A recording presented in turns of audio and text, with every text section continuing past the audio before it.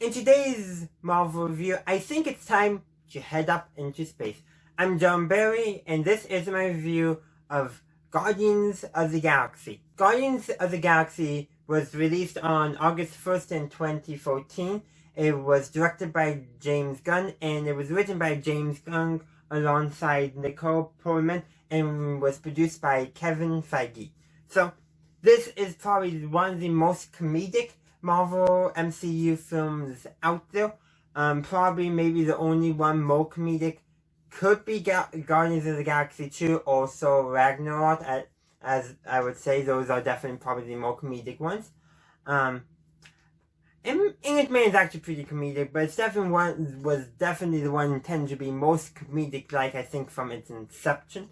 It was also the first Guardians of the Galaxy film, so that franchise, sub-franchise, I guess you could call it, was more comedic in overtones, I believe. I don't know. But I also know that Guardians of the Galaxy were in Marvel Comics prior, but weren't very popular until the MCU got a hold of them. So that tells you something. But overall, it's a interesting story nevertheless.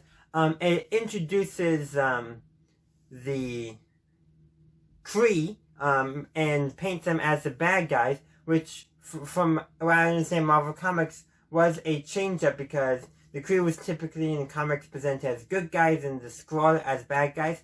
While we don't get the Skrull in here, that's for a later Marvel film. This starts to paint the Kree as not what they were in the comics, even though it's only really one Kree.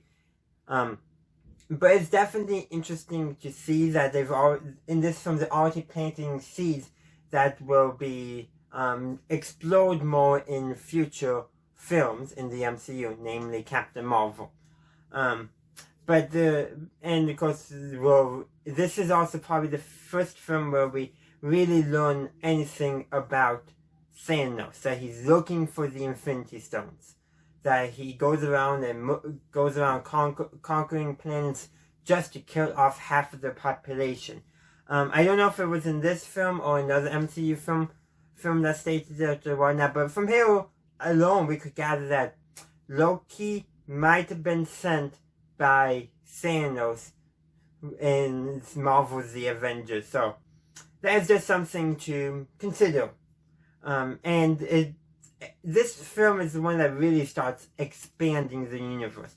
It's while Marvel's The Avengers was the first team up, this is the first film where we really got bigger picture stuff going on now, the galactic stuff that our heroes on Earth know nothing about.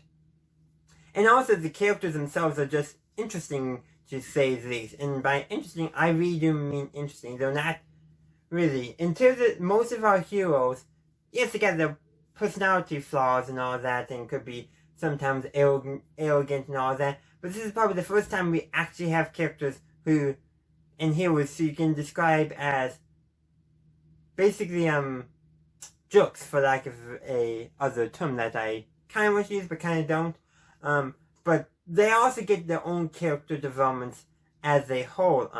And of course, a talking tree, that's just an interesting character. Like, who normally thinks, hey, let's have a talking tree? Oh, Star Wars did once have a talking mountain, but that's another story. And another universe. Still owned by Disney. Anyhow, I don't know what else I want to say about Guardians of the Galaxy.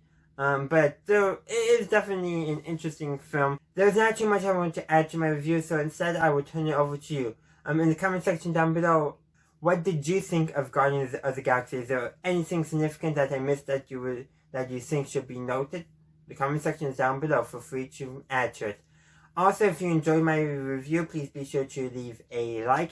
And feel free to check me out on social media, Facebook and Twitter. Links are in the description. As are the links for my Discord server and my Patreon page if you'd like to help support the channel.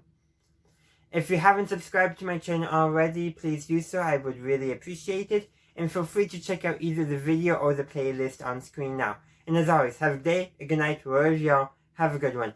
Bye!